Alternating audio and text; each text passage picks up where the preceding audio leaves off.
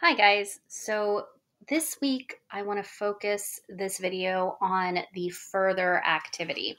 Last week I kind of talked about the further activity as like an extension, something additional that you can do, but I really love this week's activity, and so if you have a chance to do it, if it is within your 90 minutes for language arts for the week, and you have lots of books lying around your house. I think this is so much fun. My son and I did it together, and we spent maybe 15 or 20 minutes doing this.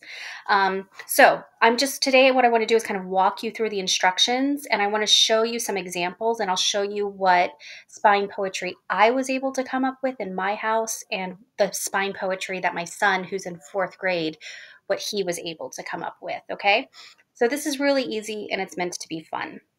So, for further this week, it says try spine poetry. Use the titles of books, which we see on the spine, to create original poetry. If you don't have a lot of books in your house, browse Amazon or Barnes and Nobles online. So what they're saying there is that if maybe you don't have a lot of books in your house, you can go to Amazon and like screenshot or cut excerpts from the screen and create your own poetry into a Word document.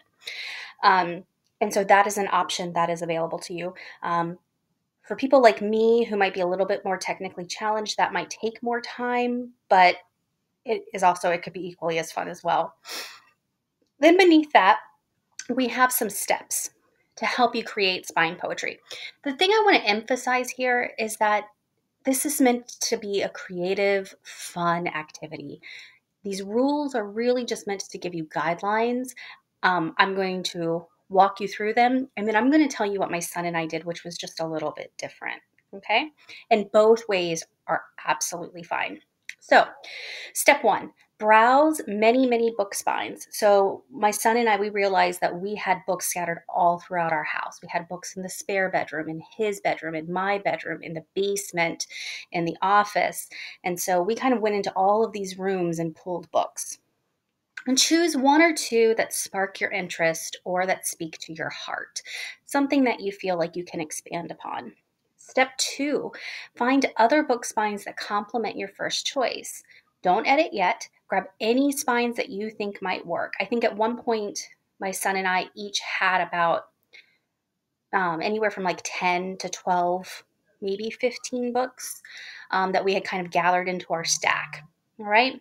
And she says here, stop when you have 6 to 8 books. We both definitely used more than 6 to 8 books. We stuck to 6 to 8 books in our final, but in our original pile, we started with like maybe 10 to 12 books, and then we pared it down from there. Step 3, start playing with combinations of spines, swapping and changing the order. Don't settle with your first try. Try putting your poem together like a puzzle and explore how changing the order changes the meaning of your poem.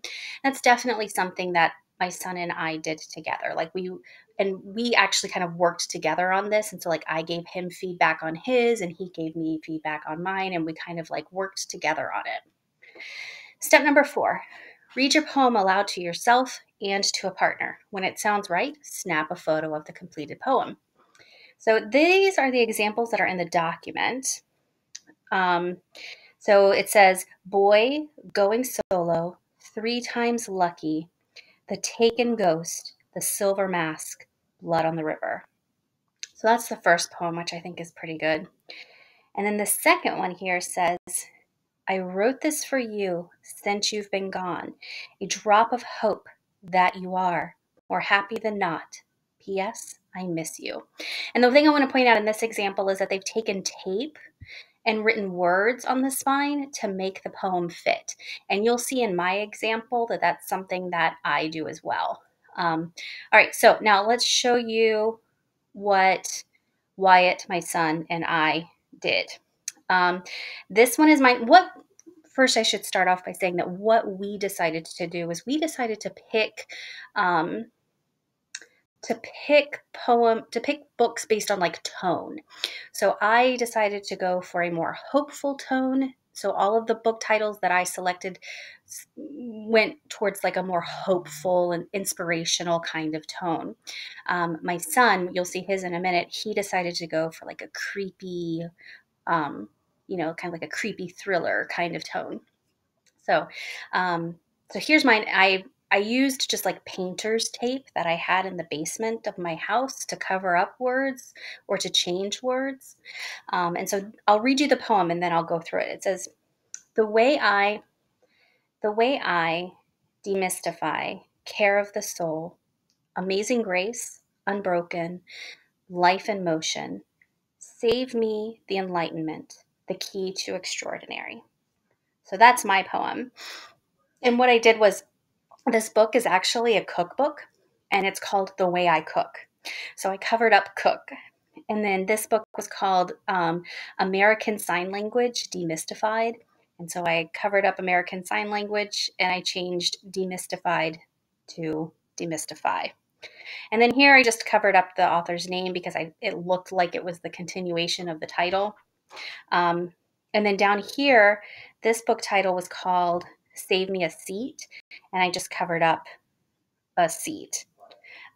So that's how I did mine. Now, let me show you Wyatt's. Like I said, he went for a more creepy one. And this is his. It is, "The man who shot out my eye is dead. The girl in the spider's web. The girl who played with fire.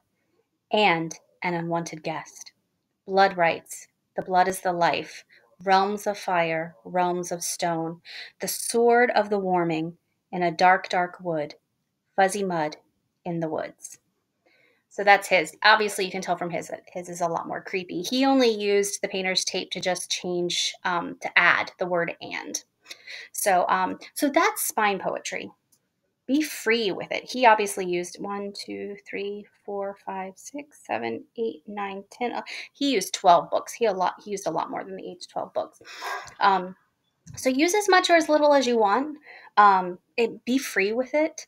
Be creative with it. Make it yours.